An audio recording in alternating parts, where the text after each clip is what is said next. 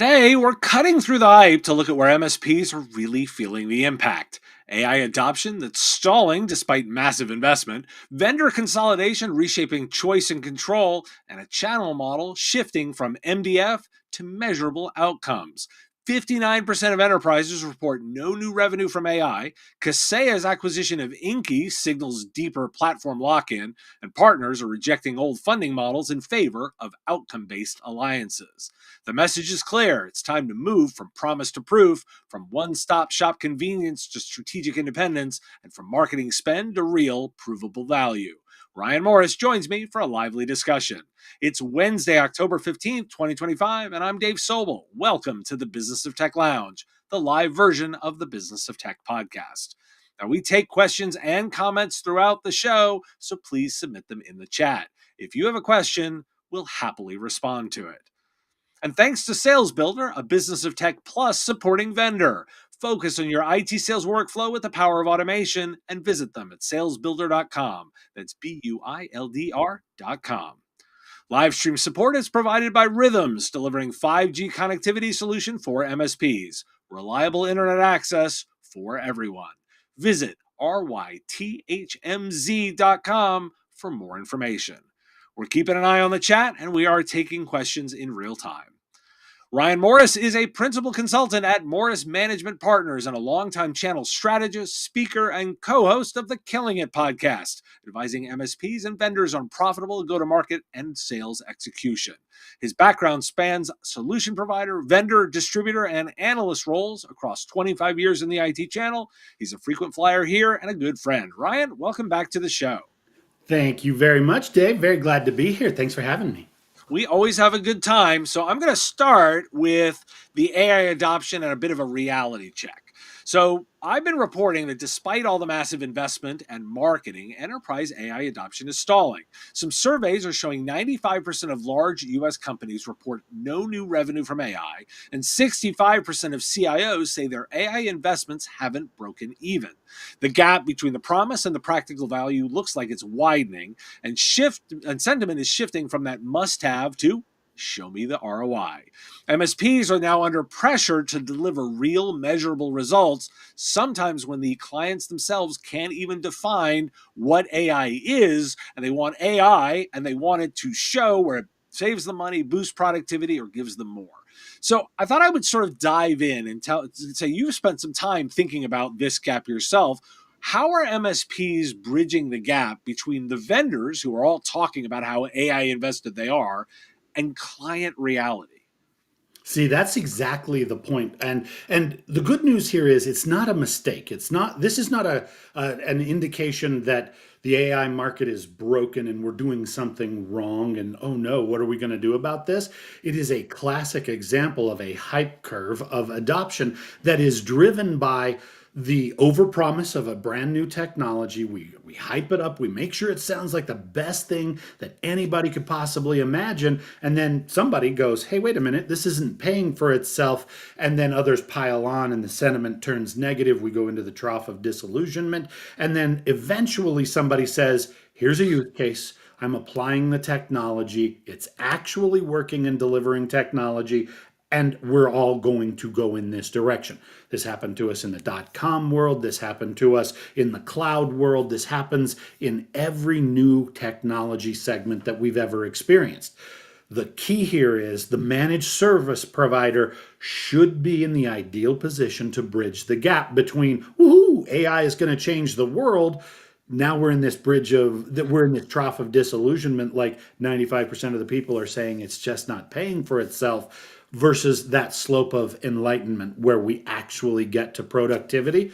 And it comes down to workflow use cases that are specific to an individual end user organization that can be automated while still integrating the work of the human in the process, so that we're not just trying to cook systems that can completely eliminate humans and then go to full automation.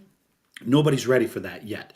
They've seen the tools, right? You, I, everybody alive. We've been playing with the tools. We know that from a personal productivity point of view, they are a significant enhancement. But when you take that to the business level and the whole systems that people are trying to invest in, they've missed out on the piece of, well, you need to go one step at a time. You need to make incremental progress a little bit better each time. And that's what the MSP is supposed to be there for. I'm not transactional. I am not here to just sell you product and say good luck. I'm here to manage your systems that are designed to leverage technology for business benefit outcomes. Now, here's where it gets tough. You can only lead the customer into the future of this industry segment if you understand their workflows on top of their technology infrastructure, right? Like we all understand MSPs, that we were born and raised in the Wintel stack, and we managed servers and networks and databases and client devices and environmental access controls, et cetera, right? We understand that's what a traditional MSP has always done. In order to lead your customer to consume these new capabilities into the future, you need to be able to step up the stack past where the devices end and into the workflow. You are an environmental engineer, you are a manufacturing company, you are a law firm, or you are an entertainment entity, whatever. I understand your business and your industry. I understand the critical workflows that happen that allow you to do your business. I can demonstrate to you which pieces require human management and intervention, which things can be automated with intelligent technology, and then I can stitch all of that together, do a proof of concept test before we go into a live production environment. The secret there is literally, do you understand workflow above the technology stack? Not just what you are, not just the systems and tools you're managing, but what are those tools intended to accomplish? If you can take that one step up the stack, there's phenomenal opportunity.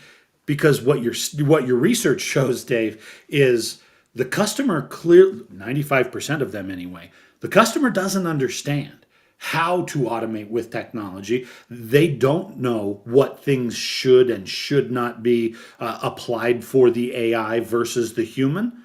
They're looking for help. They need guidance. That ought to be you, who already has a contract relationship with these guys and has the confidence to lead them into things that they don't already understand. Now, reminder, if you've got a question or comment for either one of us, throw it in chat. We'll throw it up. Now, Ryan, I want to get your take on this because I've been thinking about this a lot, particularly when you bring up the Gartner hype cycle, right? And you got to get this sense of like, oh, okay, we've been on this ride before. And for you and I both, we've ridden several of these, right? Like we've ridden the .com, we've ridden cloud, we've ridden mobile. Everyone talks of the speed of change around AI right now. But if I step quick back, we're roughly 3 years since the launch of ChatGPT. Will be November of this year, will be 3 full years. That's a long time, actually, like in terms of like that's commercial availability of the first product in this space. Arguably, you could say that there's been automation prior to that. And if we are looking, a lot of what's happening now is like supercharged automation, there's a fair sense. Is your take, kind of, as you put your analyst hat on here, is your take that we're speed running the Gartner hype cycle? Or are we slower, or are we exactly on track to the normal speed of all of these hype cycles? I think the time period compresses, right? It took longer to get telephones into businesses than it did to get internet, than it did to get cloud, right? The shape of the curve is exactly the same. The time is compressed. But I think where we are right now is that we are speed running up the hype cycle, right? We are running up to the peak of over promising and saying what it could be doing without having established the chops, the technical deliverables to be able to productize this stuff and then drive implementation. I God bless all the innovators in the technology industry, right? It is phenomenal to see the kind of innovation that's happening around agentic AI, around AI powered applications, around automated workflows in the front office and in the back office. I have seen some really cool implementation examples. but they are this big. And the people with all of the money in this industry, it behooves them to make you believe that we can't stop and get serious and write standard operating procedures and write the documentation that goes behind the system that we're asking you to deploy, because the industry is moving so rapidly. It's at lightning speed. There's no way we could pause and do that. But exactly as you said, it's like version 1.0 was 3 years ago, and 3 years ago nobody understood, and I could endorse the, hey, it's brand new, it's moving really quickly. At this point, it's because if you just think of it as the share of voice in the industries, the people that have you know them, right? They're the big seven technology companies that are building hyperscaler data centers, that are driving the model development and training. It behooves them to believe that you just trust us, buy the product and pay us a licensing fee, and trust us, everything is going to be fine. They've got billions, and they're doing marketing, and the society is doing the marketing for them. Quite frankly, they're not doing a lot of spend media. They're doing a lot of just, hey, everybody is talking about us, but they're bajillions in revenue and in impact. Whereas the people who are doing the methodical work of implementation and workflow automation, they're startups. They're little guys in the industry. That's exactly as it always is in any new technology category. So I don't see this one as being structurally different. It might be compressed in time a little bit, but the gateway from where we are right now to the next phase of unlocked productivity is workflow, right? And I know that's not sexy. That doesn't sound cool. That's not like automating the training of a system that's going to eliminate the need to ever hire an entry level employee again. That's revolutionary, and you're going to get on the news for saying stuff like that. But when we say cool, but do you actually have the ability to use this stuff responsibly in a for profit entity or in a government entity? Can you actually use this stuff reliably, predictably, to drive scale that does not harm your customer or expose your corporate secrets in the process? That requires method and process. And that's why the channel exists. Quite literally, the technology channel exists for the purpose of transferring things out of the woohoo phase into the ROI phase. So, question there. Now, for if people are interested in that hype cycle of elevating value, Matt Levine in Money Stuff this week has like one of the best analysis of Sam Altman's ability to conjure money out of nothing. He did a fantastic analysis on it, and I would highly recommend you check out that Bloomberg newsletter this week if you'd like to understand that. But for Ryan, for you, before I move on to the next topic here, this theme of move into workflows does not necessarily feel new to me if I think about the conversations we've had about the channel value. The one thing that I do think, and I wanted to get your take on, is the one thing that feels different is this tool set feels much easier to use and easier to implement than previous ones. Is that your take, or are you think, because is this one element where the tools have finally caught up to the vision, or is the vision something legitimately new as a moment for the channel? No, I think you are exactly on the right point. The tools themselves have matured to a point where a power user on the business operating side of the house can accomplish what used to require a technical specialist to do the development and the design and the implementation, right? In the past, all the technical tools that we've used, from mainframes through client server, through networking design, through internet working, through the mobile capabilities, all of those tools, you had to go to school to learn how to use those things productively and effectively. This is a bona fide innovation in this category, that the tools are available to an intelligent user who understands their environment and the context and can explain in some degree of accuracy where I'm at, where I'm trying to get to, and what some of the obstacles might be. The tool can then eliminate a lot of the need for that advanced, like, I'm double ninja certified in all of the tools that we use. It's not the tools capability that matters, it's the workflow capability that matters. You'll notice, though, that for all the people in this world who have really advanced technical skills and certification, and then the people who have really advanced business process understanding and knowledge of workflow, the overlap in that little Venn diagram is like 1/4 of 1 degree of the circle. It's an incredibly rare overlap that you've got a super techie ninja who is also a super business process guy. If you could put those two guys on the same team and then they could go together to a client to actually understand what needs to be done and deliver what they were trying to accomplish, that's huge upside. Now, for those watching live, throw your questions and comments into the chat. We will definitely take them in real time. Now, Ryan, I'm going to pivot a little bit. You've talked a lot about the vendor side of this too, and I feel like there's a little bit. We're coming off of a week of DattoCon.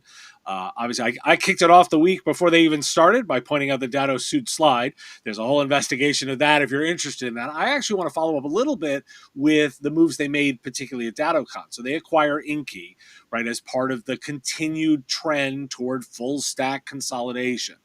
You're my channel go-to on lots of expertise here, and I want to get your sense of where we are on kind of that cycle of consolidation, how far we are on best of breed versus integration. Like, is the era of best of breed over for a period of time? Like, are we fully deep into the full integration stack? Do you see, there's obviously conflict going on over vendors fighting over being in the stack if they're suing one another. Like, where do you see us on that sort of hype cycle back and forth of best in breed versus platform consolidation? Yep, and it is a cycle, right? I refer to it as a pendulum of customer preference associated with the integrated overall system versus the disintegrated best of breed piece products that are going to perform a specific function. Our industry cycles through that pendulum swing over and over and over again. Literally, what I just described, from mainframe on one side to client server on the other side, we were just disaggregating two pieces of the technology system. That goes on again and again in our industry. From a business perspective as well as from a technical perspective, that's a natural next step to occur in the technology channel, in the technology industry broadly, because we've finally achieved a level of maturity where it's not just a thing that could never be done before and now woohoo, there's a thing that can be done, right? We've moved beyond that stage of things and we're getting into the overall capability of a solution set, which is multiple pieces and functions, and the ability to deliver that in an economically advantaged way, right? I can buy it for one price, sell it for a higher price. Now, I understand the strategy of aggregation and platforming. And I understand as a result that we've moved into a phase where it's no longer popular to say best of breed, but that's a marketing question. That's not a substantive or a functional question.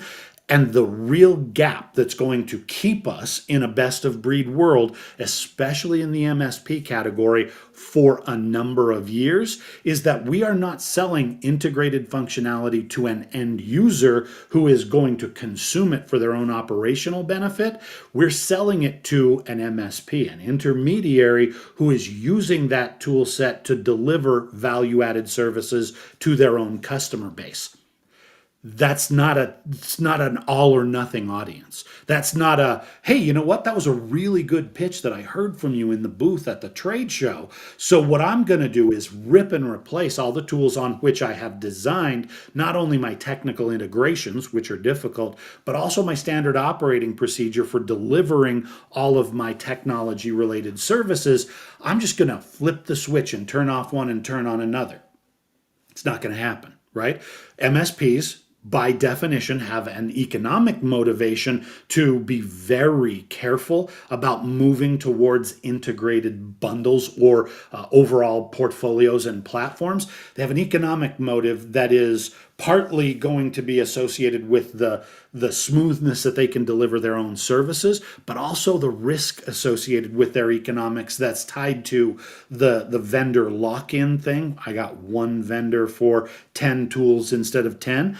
There's an economic advantage in cost reduction, but there is a significant offset in terms of the risk of what if they go out of business, or what if they change their pricing, or what if they just like change the personnel and I don't like the account manager that I'm working with there anymore. There's a lot of reasons why the economic questions are still unsettled. But there's a functional question over here. This is a very technical audience, right? You're not going to find people on planet Earth who are more predetermined on the concept of standard operating procedure than an MSP, right? These are human beings who get hives at the concept of just making a snap decision and adding a tool to their portfolio. All of that goes to say that I understand why the vendors are doing it. I understand and applaud them for moving in the direction of building a portfolio that plugs the gaps across all of the functional requirements to become a sole source relationship with their distribution channel. But I also get it from the MSP's point of view, where they say, 3 to 6 months, let me test that stuff in a non-production environment so that I can be absolutely guaranteed it's never going to embarrass me and it's never going to fall down and cost me money. But then you also have to make sure that it's worth my while financially to make a switch from one vendor to another. That's absolutely not a given. And so I see all the marketing is moving in the direction of integrated supersets, but the behavior is going to anchor us into the best of breed world for a number of years yet still to come. You said something in there that I actually want to expand upon that a little bit, that I think is almost like the most important point in there that I don't want to get lost. And you said that vendors are moving toward this, that the platform that they're selling is to the MSP, not to the end customer. They would argue differently. Let's use Inky as the example, right? And I like your nod, right? Because it's like, maybe not, right? So if you think about it, so Kaseya would make an argument. I think if they were on this show right now, right? Hey, we bought Inky. That's a for customer solution, right? It's AI powered email security. I think I'm inclined to agree with you. No. That's a toolkit that the MSP uses. So we're actually selling to the MSP.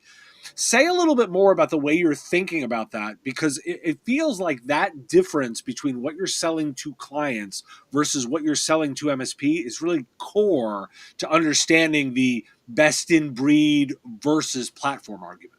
Yep, you're right on the key issue there. The question is not who pays for it or who actually consumes and receives the benefit. It's who makes the purchasing decision about which alternative is used in a functional spot.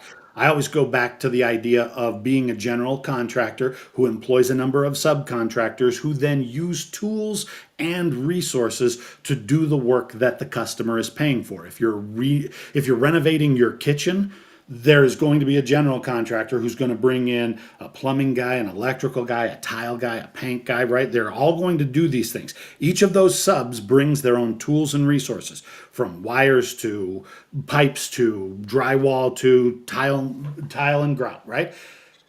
You are the customer paying for that outcome. You want the overhaul done. You are willing to put your money into it. You have hired a service provider who is going to deliver that stuff for you. You're going to review the design. You're going to review the process, the workmanship, the budget. You're going to make sure you're sticking on top of all of those things. Are you going to argue with that subcontractor about the brand of drywall that they use when they are actually delivering the solution that you guys are paying for? No, you're not. You don't know, you don't care. The decision point in the go-to-market strategy is going to be the MSP, to bring my metaphor back full circle, right? It's going to be the MSP who makes that brand decision, because the customer doesn't care about the brand alternatives. What they care about is the functional capability.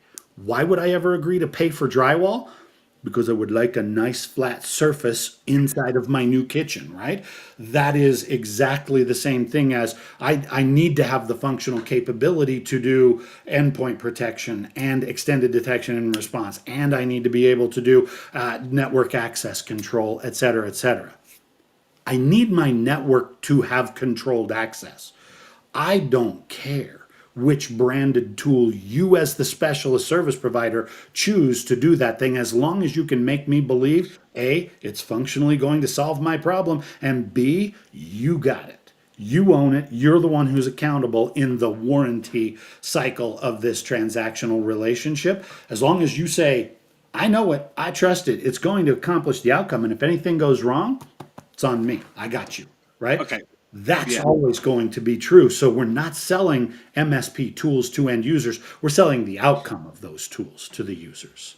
Now, I'm inviting from the audience. I know my producer would have choice words about flat surfaces and contractors, but what I want to actually get to is so I want to we spent a bunch of time earlier talking about the workflow layer and the value of the MSP being in that. If I'm considering the toolkit that manages that, how much are you thinking this is going to be customer driven and how much of it is going to be MSP driven? Because that feels like a much more dynamic set of choices you have to make. Mhm. And that probably involve the customer a whole lot more than, say, email security tools or backup solutions. Like, this feels a little different if we're circling back to our earlier conversation. And I'm thinking best of breed versus integrated platform. How do you think about what we're talking about, the workflow layer?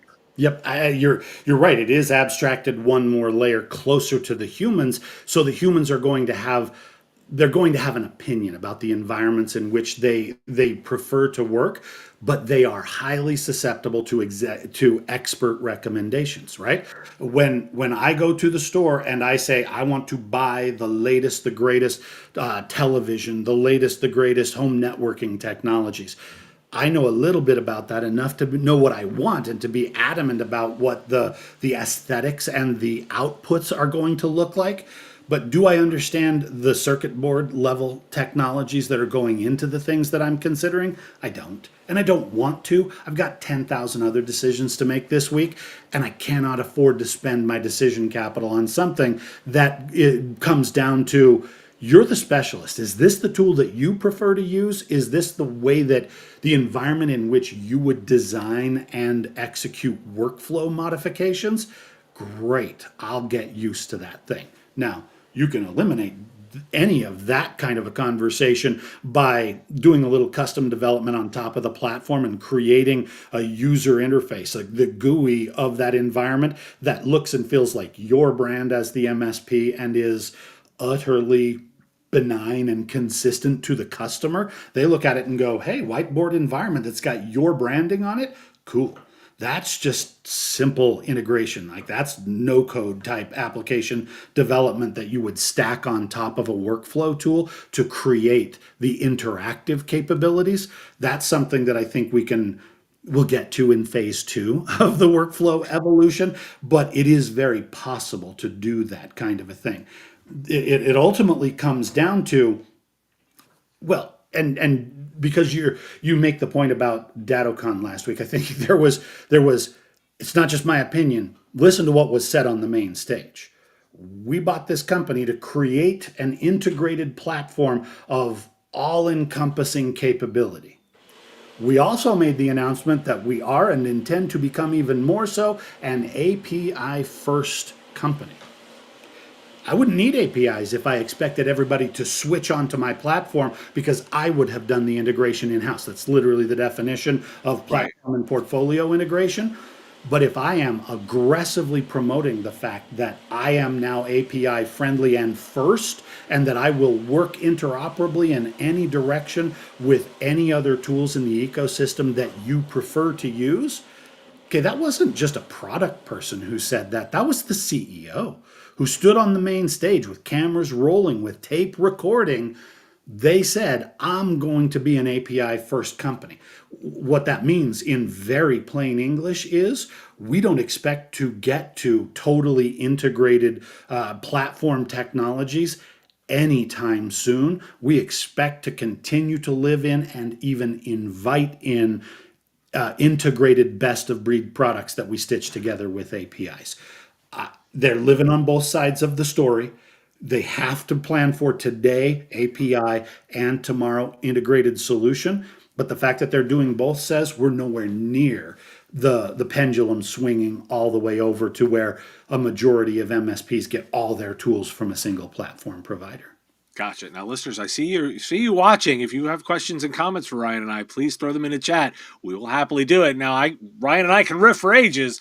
Ryan, the last thing I needed to get your take on, our friend Anurag over at Tech Isle did some new research on market development funds. You're my channel whisperer, so I needed to get you to weigh in for me on some of this because I noted two big things.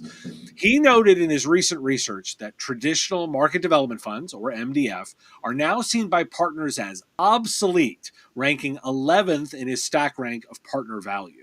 Instead, in his argument, partners are looking for outcome-based funding, advanced training, and support for solution development.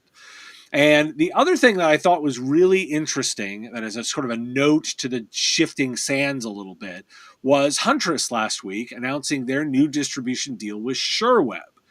They didn't go with Pax8, and they made a big point of calling it wanting a badass relationship vendor for their first move.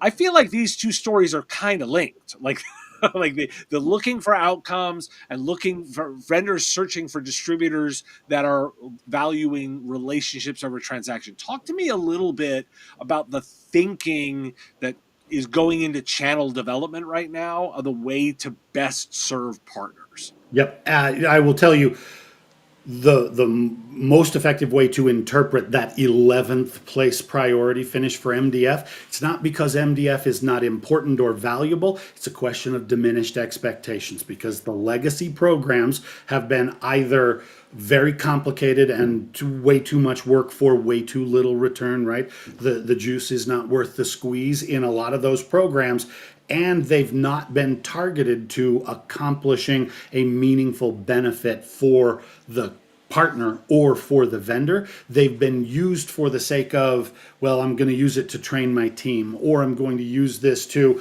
set up my experience center, or hey, let's get some golf balls and t-shirts and stuff, right?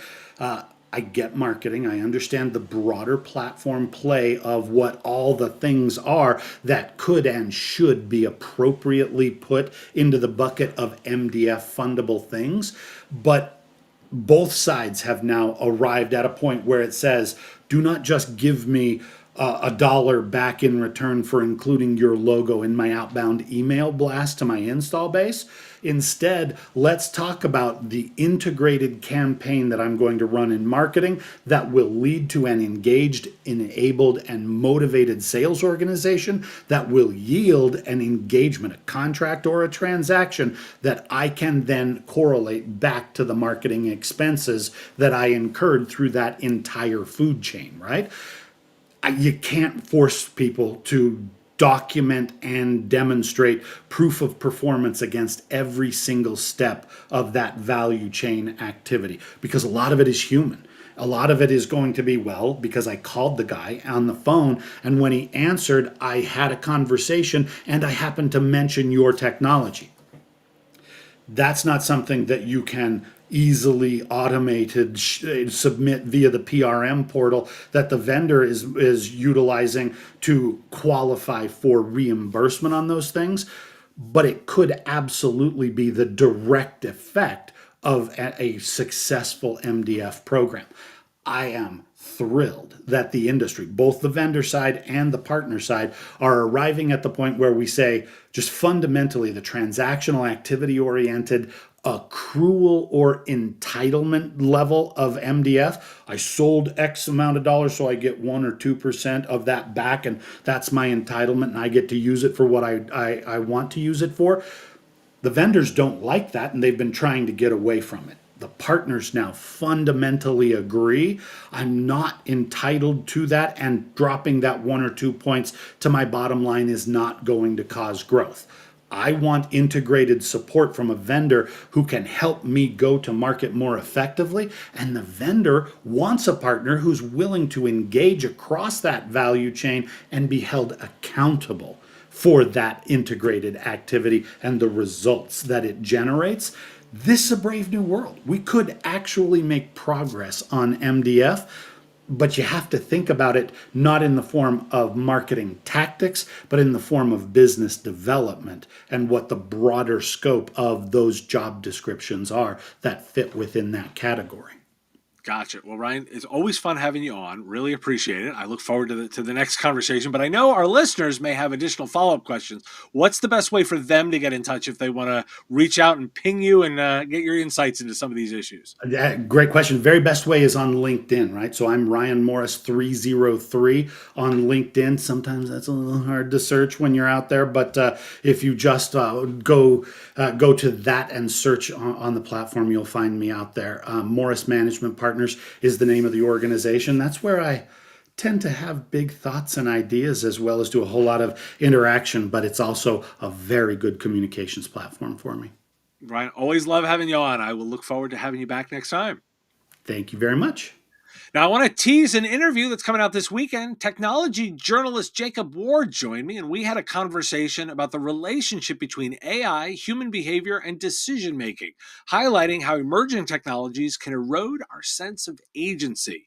We talked about the importance of intentionality in using AI tools, the potential pitfalls of outsourcing critical thinking, and the urgent need for thoughtful governance as we navigate this current landscape. Let me give you a preview of that interview.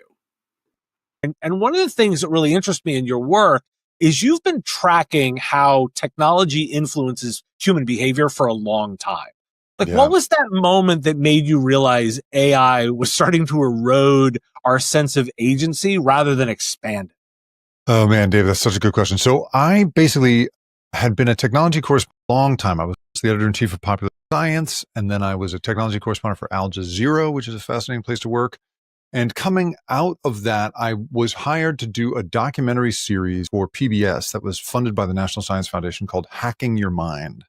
And that documentary series was all about giving people basically a crash course in the last roughly 50 years of behavioral science, the ways in which the cutting edge of research in that world had basically showed us that we make decisions in a very predictable pattern-based way. And researcher after researcher has shown that we basically rely on a very ancient, very unconscious, instinctive decision-making system to make the vast majority of decisions in our life. It's the difference between, if you've ever driven your car accidentally to the wrong place because you're on autopilot, in my case, if my kids get in the car, I'll automatically and accidentally drive them to school when in fact they need to go somewhere else.